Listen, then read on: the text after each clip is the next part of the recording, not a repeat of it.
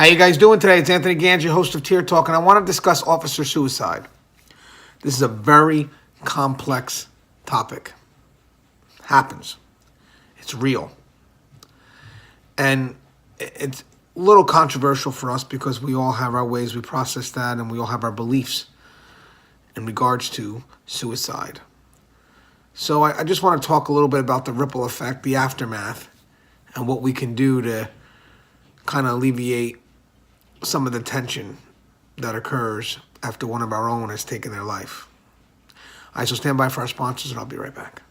I wanted to attend a university that had an intelligence program. I wanted to look at problems different. I wanted to increase my critical thinking abilities. AMU offered those avenues to expand. Obtaining your degree as an adult, you're actually paying yourself and investing in yourself. You can't put a dollar on it, it's priceless. It's something that can never be taken away from you. American Military University. Learn from the leader.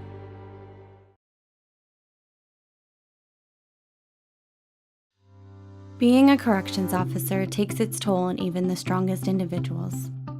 The constant need to perform at the highest level, putting your life at risk in a hostile environment, and the mental scarring of traumatic experiences.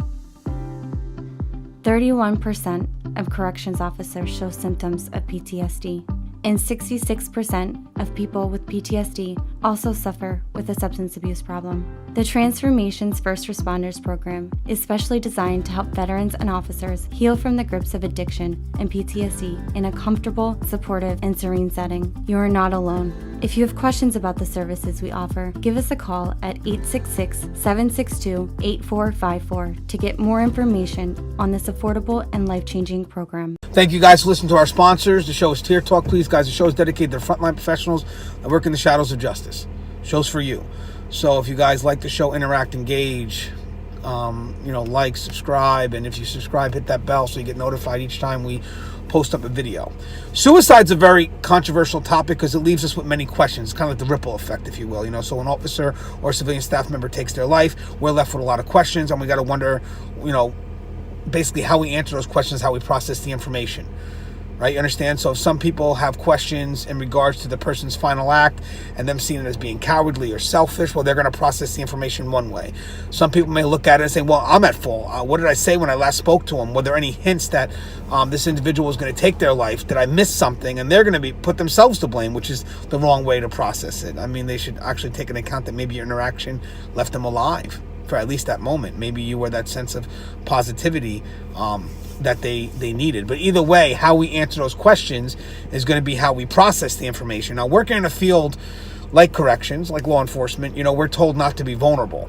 So when an individual commits suicide, it may not be directly related to the job. It may be related to how we have learned through time to process information. You understand that? So yes, to some extent it's related, but indirectly. Okay, fair enough, indirectly related, because we have learned through the course of time to process information differently because we are looking not to expose vulnerability, which is very unhealthy.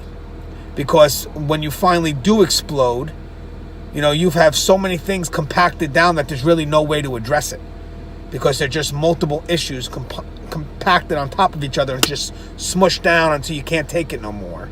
So because you haven't acted accordingly when that first issue arose, well, now, unfortunately, when you do finally explode, it's hard for anybody to help you solve the issue because they really can't identify what really did cause that explosion. So when someone commits suicide, and we're looking to relate it directly to the job, even if the reasonings are external, like it could be a relationship concern, part of the reasons why it could somehow be indirectly related to the job is because the history that this person has with how they process the information related to the job. So again, the vulnerability aspect of it all.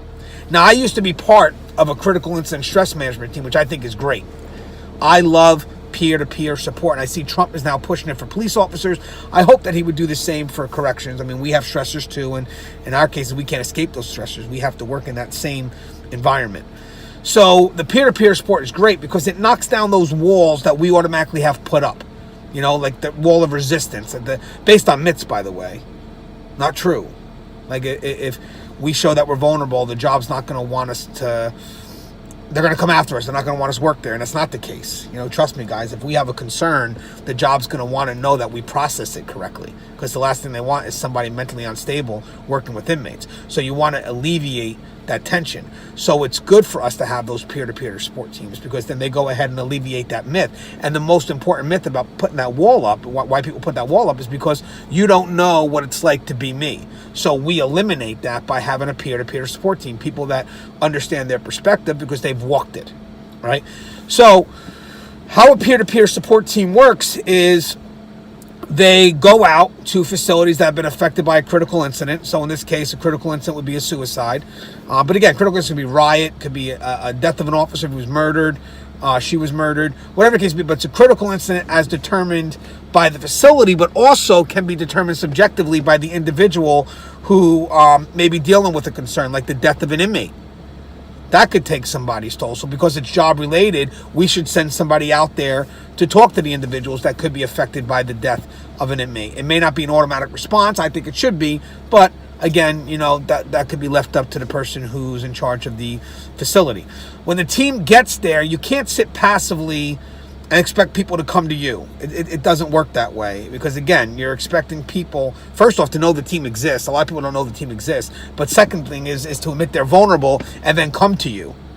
So you're not going to get the numbers that you're going to get unless you're going to walk around, talk to people, introduce yourself, see if there's an open dialogue that can be created. And from that open dialogue, you never know what people will turn around and say. That can be a hint that, we should stay here a little bit longer. Let me talk to them. The rest of you guys go somewhere else. We'll kind of, I'll kind of have an open dialogue with this individual, because there seems like there is an interest, a very big interest in the team, which led to an open dialogue as to this person saying, yeah, I knew this individual well. Oh, okay, you know what? Hey, guys, I got this from here. Let me just go chat with this person for a little bit, see what we got going on. But it opened the dialogue because we were there, because we walked there. But had we waited for that person to come to us, most likely that person wasn't going to come to us. And this also ensures that we're seeing everybody, especially if it's such a wide-scale incident that could affect everyone. Because you got to ask yourself, you got the death of an officer and you're sitting there waiting for people to come and nobody's showing up. That's not how we roll. That we're not showing up because we're vulnerable. We don't want to show vulnerability, but we're not showing up because we're not affected. We're affected. We're just not showing up. So that's when you got to get off your ass and you have to go out there and see, because that everybody should have been affected at this. So why, if they're not coming to you and it doesn't feel right, then you go to them. That's ultimately what we need to do. I remember there was a concern one time when we had the murder-suicide of someone that we held in high regard, who was an instructor. And we went around and we had to talk to staff. And that's when I decided, we got to walk around, because this has to affect people. We have nobody coming. This had to affect people, especially the rookies that just came into the field that, knew this instructor well. And now, not only did they know the instructor, but they were just hit with a huge wind of reality. Like the suicide rate that you just read about, that you may have sort of doubted it existed. Oh, it exists. And you just got hit hard. So there was reasons for us to move around. And this case was a little unique, as I said, because it was a murder-suicide. So people were conflicted on how they should feel. Some people felt that if they mourned for the individual who took the life of another, well, they're wrong. And I said, no, you mourn for how that person was to you, how you felt that person made you feel. So if you were close to that person as an instructor and that person was good to you, then you have to allow yourself to feel. You can't close yourself off. You can't run away from it. Remember, we're not mourning their act. We're mourning who they were to us. So you have to allow yourself to feel.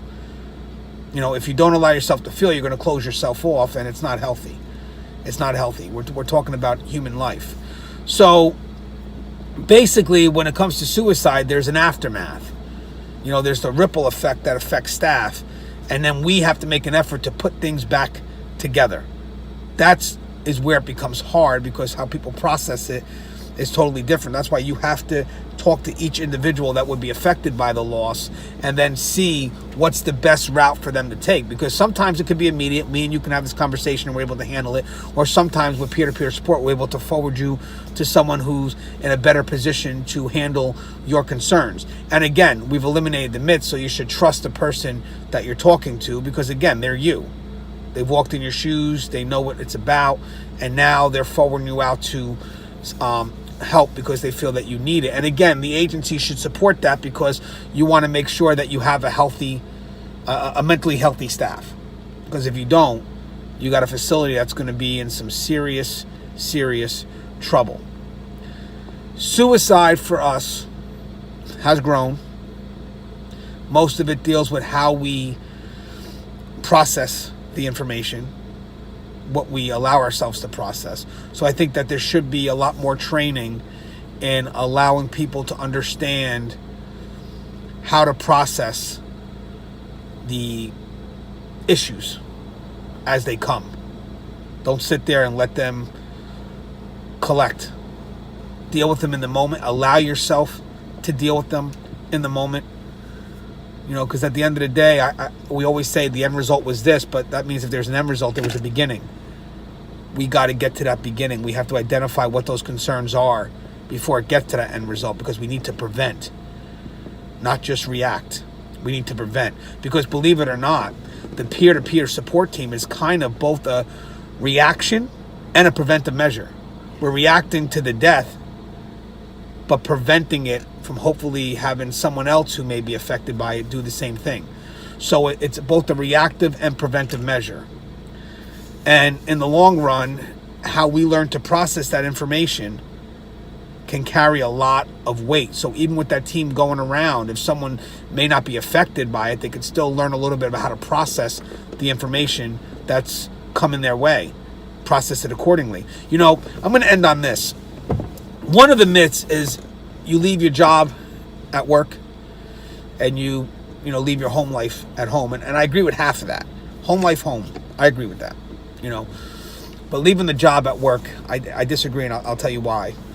We get hit with a lot of stressors, and we may not feel comfortable sometimes, because we don't want to show vulnerability, highlighting our issues or our vulnerabilities to the people we work with, because we don't want them seeing us as weak, which again is not the right way to process it, but just happens to be some of us do it that way. So when we come home, we have our loved ones who love us regardless. They know us.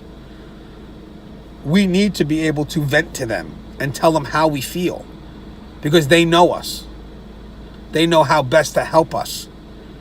And if we don't allow ourselves to be vulnerable in front of our loved ones, well, what's going to happen here is that we're going to slowly go through these changes. And we're not going to realize these changes because they're slow and they're subtle. And then one day we're going to explode in front of our loved one, and they're not going to know how to help us because they don't know the person that we became, because we've kept ourselves secret for so long. That job did affect us, and we didn't let it know how they affected us. So now we become the end result, and they can't help us anymore. So it's good to let your family know that you're going through something. Give them a chance to help you, so you don't compile just these issues and then blow up. Because again, you're going to change, and your family's not going to know what to do because you're not the person they know anymore.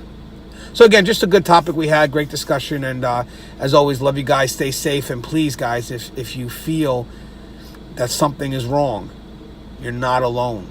Go to someone, because your final action will cause a ripple effect, and that ripple effect, it destroys. Love you guys, stay safe.